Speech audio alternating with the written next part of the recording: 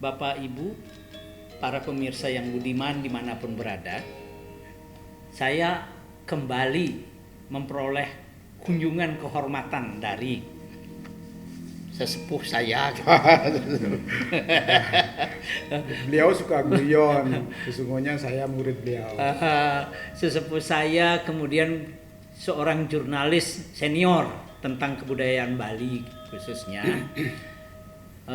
Saya ingin berbincang-bincang mengenai tanda kutip magic protector dalam religi Bali.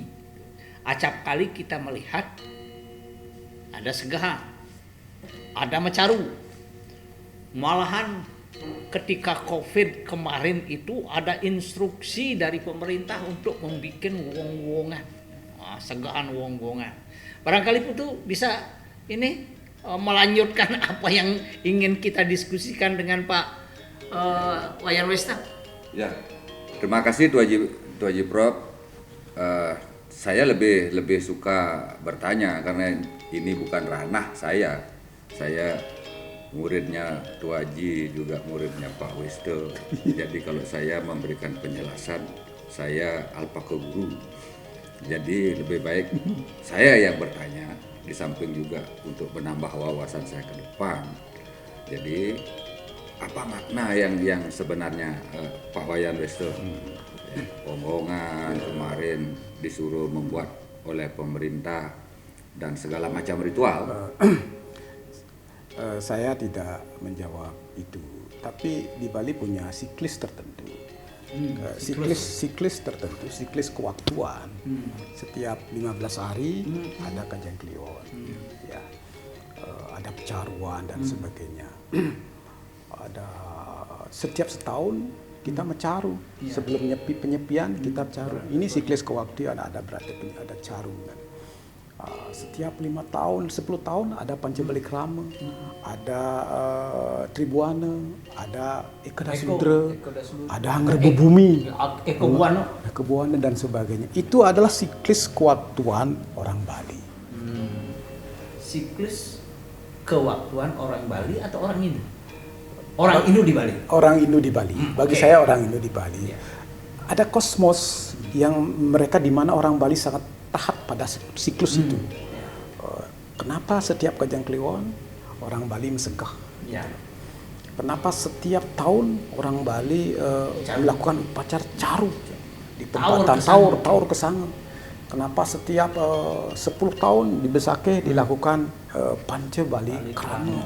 Itu adalah siklus kewaktuan orang Bali. Karena tidak sembarang orang Bali mencaru dalam sembarang waktu. Tidak. Ada momen-momen di mana bumi, bulan, surya berada dalam titik oksinasi. Baru orang Bali melakukan upacara taur.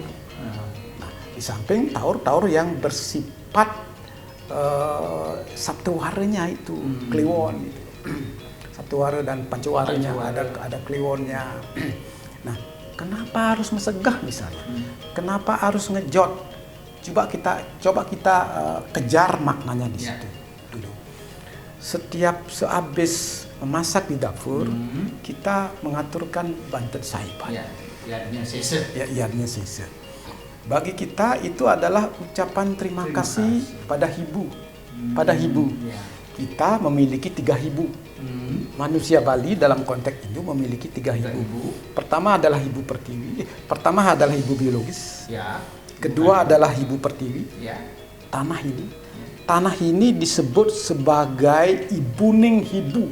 Seluruh makhluk hidup beribu padanya. Seluruh sumber makanan berasal dari tanah. Karena itulah kita berterima kasih pada ibu-ibuning ibu yang disebut tanah. Karena telah memberkati kita, telah melimpahi kita banyak makanan. Karena itu sehabis memasak kita mengaturkan sesaji berupa banten saiban. Supaya saudara-saudara kita, entah semut, entah burung, entah apa lagi. Itu saudara kita. Saudara kita. Semut, burung, itu saudara kita. supaya dia dapat menikmati juga. Itulah cara kita berterima kasih pada alam ini, supaya sarwa prani itang kara, seluruh makhluk hidup dalam kondisi berbahagia. Itulah kenapa saban hari orang Bali selalu mengaturkan Banten Saiban. Dalam pandangan saya itu adalah doa dalam tindakan. Doa dalam laku. Ya, itulah doa dalam laku. Doa tanpa tindakan dalam pandangan saya sama dengan omong kosong. Karena tidak ada eksekusi, karena tidak ada barangnya. Maka yang terpenting bagi orang Bali adalah doa dalam tindakan. Ketika orang Bali mau metekap, membajak di sawah, dia mengaturkan nasi juga. Untuk satu, memohon izin pada Ibu Pertiwi. Dua, memohon izin pada sarwa prani yang ada di tanah, yang tidak bisa kita lihat di tanah. Kita beri makan dulu. Tolong minggir dulu. Saya mau membajak. Itulah orang Bali. Itulah kesantunan orang Bali yang sampai saat ini tetap hidup. Jadi kita dengan alam tunggal adanya. Gitu. Tunggal bahwa badan kasar ini berasal dari badan kasar yang dari alam ini. Nah, itulah kenapa itu kita jadi bersaudara. Sumber kita sama dari Pancema Buddha itu kembali. Begitu Ibu Pak yang Bagus. ketiga? Ibu yang ketiga adalah Saraswati. Saraswati, ilmu pengetahuan itu adalah juga ibu, memberi kita pengetahuan. Bisa kita ngobrol di sini tentang pengetahuan itu, bisa kita berbagi tentang pengetahuan itu untuk memberi pencerahan. Dengan pengetahuanlah hidup manusia diringankan, dibuatkan komputer, dibuatkan HP, bisa berhubungan dengan teman-teman jauh. Itulah ibu sebagai Saraswati, yang tidak lain adalah pengetahuan yang meringankan beban hidup manusia. Ibu biologis kita adalah ibu yang merawat dan mendidik kita saban hari, sampai mengajar kita sampai jadi profesor seperti Pak Triguno ini. Itulah makanya mengajari kita ngomong pertama kali. Iya, makanya ada di sinilah training ibu. Kita tidak boleh melupakan tiga ibu itu. Ibu biologis, meme, ibu pertiwi tanah ini, ibu pengetahuan, ibu Saraswati. Luar biasa ini Pak Wayan Westo. Boleh yang tambah Tuh Haji? Ya. Yang balik bertanya kepada Tuh Haji, kalau dilihat konteks sosiologis dan antropologisnya sekarang, seperti Segehan, seperti Banten Saiban, sampai Wong-wongan tersebut, apa konteks filosofis dari sudut sosiologi dan antropologisnya? Saya kira apa yang dilakukan itu tadi sudah jelas disebutkan aspek filosofinya, tetapi secara sosiologis tentu itu penguat identitas bagi kebudayaan Bali. Karena barangkali walaupun di tempat lain juga ada, tetapi cara mempersembahkan, cara membentuk, misalnya orang-orang wong-wongan itu kan dibentuk dengan warna-warni yang semuanya punya makna sendiri. Itu satu penguatan identitas, bahwa sembarang orang kalau masuk ke rumah yang tidak dikenal, sederetan rumah, kalau ada Segehan, kalau ada wong-wongan, dapat diduga bahwa ini orang Bali.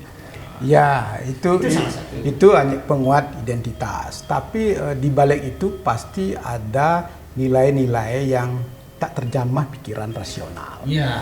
Pikiran rasional kita kan sering tak menjangkau hal-hal yang sifatnya meta, hal-hal yang di balik itu ada hal-hal mahis yang terselubung.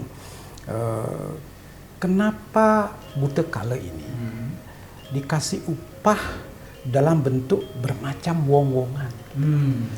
Pasti ada makna, pasti ada nilai yang sampai hari ini belum kita bisa retas apa makna sesungguhnya. Apakah ini hanya sebagai medium semata atau ada tujuan? Kalau diubah misalnya dalam bentuk lain, kenapa tidak bisa? Kenapa orang Bali tidak bisa wong-wongan berbentuk misalnya sepeda motor? Kan tidak bisa. Hanya berbentuk wong-wongan. Ini mungkin bahwa di balik itu ada yang perlu dijelaskan lebih lanjut. Hanya seorang pejalan, seorang pelaku lah yang bisa menjelaskan itu. Sebab kita, otak kita yang tumpul, kemampuan rasional kita tidak cukup menjangkau itu. Itu memerlukan satu energi intuisi untuk membaca itu. Karena banyak orang sampai hari ini, para pelaku di wilayah upacara di Bali bisa melakukan connecting dengan makhluk-makhluk yang tidak terlihat. Bisa bicara dengan pohon, bisa bicara dengan makhluk lain dan sebagainya. Banyak orang yang menyatakan dirinya bisa melakukan itu. Tetapi ini harus dilihat dengan mata yang lain. Secara antropologi bolehlah dianggap sebagai penguat identitas. Tapi di balik itu harus ada sesuatu yang ditelusuri lebih dalam. Mungkin ini suatu sains. Begitulah sains tradisional bekerja. Sama dengan alat-alat kedokteran, sama dengan alat-alat biologi sekarang. Itu sains tradisional yang tak banyak orang bisa mengungkapkannya. Itu aja. Saya setuju. Sains tradisional, sains itu sebuah sains. Kenapa bawang jahe misalnya dipakai? Itu sains. Saya setuju itu. Karena tidak boleh hanya ditafsirkan sebagai perekat identitas yang sifatnya fisikal. Tetapi di balik semua tindakan itu pasti ada makna subjektif yang dimiliki oleh yang membuat, yang membuat, termasuk di dalamnya juga kualitas spiritual daripada yang melaksanakan itu. Pak Wayan Wester, kita sudah mendapat gambaran bahwa apa yang kita lakukan mulai dari Yatnya Sese, pecaruan, sampai membuat bentuk-bentuk magic protector itu pasti punya tujuan. Tapi persoalannya adalah apakah sesulit itu magic protector tanda kutip itu dipahami oleh orang biasa? Sebab kan misalnya sederhana saja, ini ada instruksi dari pemerintah melalui majelis misalnya bahwa kita harus membuat segahan wong-wongan. Kalau mengandalkan kualitas orang-orang yang mempersembahkan itu atau membuat itu tentu berbeda-beda kualitas. Kira-kira seperti apa tanggapan kita terhadap soal seperti itu? Orang-orang, masyarakat boleh tidak paham tentang itu. Boleh tidak paham. Secara logika boleh tidak paham. Tapi senjata itu, anggap itu senjata. Medium itu akan menjadi canggih bila ia dipersembahkan, bila ia dideposikan, didoakan dengan semangat yang begitu tulus. Dengan semangat yang begitu connectingnya terjaga, pasti terconnecting dia. Sebab doa yang paling manjur adalah ketika kita mampu menyambungkan doa itu pada apa yang kita connectingkan. Misalnya semoga seluruh bencana, seluruh bahaya hilang, mundur di hadapan kita. Itu kan doa. Doa dalam tindakan, tetap doa dalam tindakan. Seluruh non materi yang tidak dilihat dengan mata, kita berkomunikasi dengannya dengan medium tertentu. Nah, persoalannya kalau itu kita rasionalkan akan menjadi sangat rasional, akan menjadi sangat artifisial. Karena itu barang magis. Yang magis. Jadi ia akan diuji oleh sejauh mana kealusan, kedalaman doa pengantar kita Ya. untuk supaya medium itu bisa melakukan connecting sesuai harapan kita. Itu saja bagi dia. Ya. Jadi kita boleh tidak tahu, Ya. tidak perlu tahu. Ya. Walaupun tahu, mereka nanti jadi ragu. Tetapi dengan ketidaktahuan itu, ya apa namanya itu, doanya akan menjadi lebih tulus. Karena rasionya tidak bekerja. Yang bekerja adalah hatinya, Hati. intuisinya. Iya. Ketika rasio bekerja, Sudah ini lain. meragukan. Udah lain. Udah lain. Ya. Jadi rasio hati dengan rasio pikiran mungkin berbeda dalam pandangan orang Bali. Maka hanya yang haluslah bisa menembus yang maha halus. Untuk bisa connecting, ya haluskan diri sendiri. Untuk bisa connecting kepada yang sifatnya maha halus itu. Halus itu cara Iya. salah satu caranya adalah Melakukan dengan connecting. tulus. Iya, salah satunya begitu, dengan salah satunya. tulus. Itu connecting dah gitu.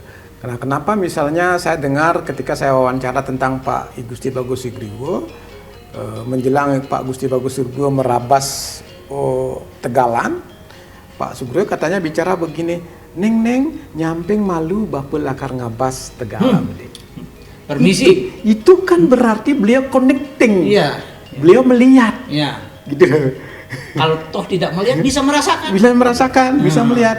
Nah, hal-hal ini kalau kita rasionalkan, banyak orang-orang akan meboye gitu. Tidak Itu percaya, tidak gitu percaya ya. gitu. Cara-cara seperti itulah yang dipakai dan merawat Bali sampai ke titik ini. Nah, kalau itu tidak memiliki fungsi, kalau itu tidak memiliki faedah, Bali tidak terawat sampai hari ini. Maka dalam pandangan saya itu tidak boleh dinafikan. Sebab itulah cara-cara seperti itulah orang Bali merawat agamanya, merawat keyakinannya, merawat kebudayaannya untuk bisa struggle sampai titik ini walaupun ada sejumlah kelemahan. Ya. Baik, terima kasih Pak Wayan Wester. Para pemirsa yang budiman, saya kira ada pernyataan menarik dari Pak Wayan Wester tadi. Sebuah tradisi yang masih ada, jangan pernah dinafikan.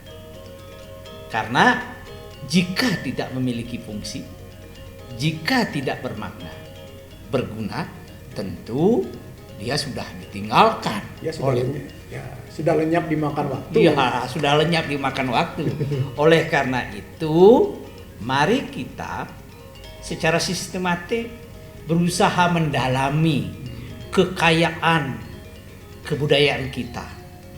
Karena jangan sampai karena kita tidak punya waktu untuk mempelajari, karena kita tidak tahu, kemudian kita mengatakan sesuatu itu tidak ada gunanya.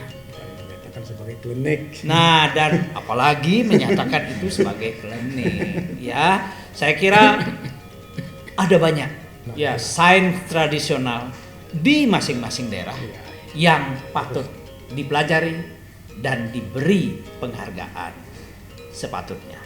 Semoga perbincangan ini dapat memberikan manfaat bagi kita semua. Terima kasih. Om Santi Santi Santi Om.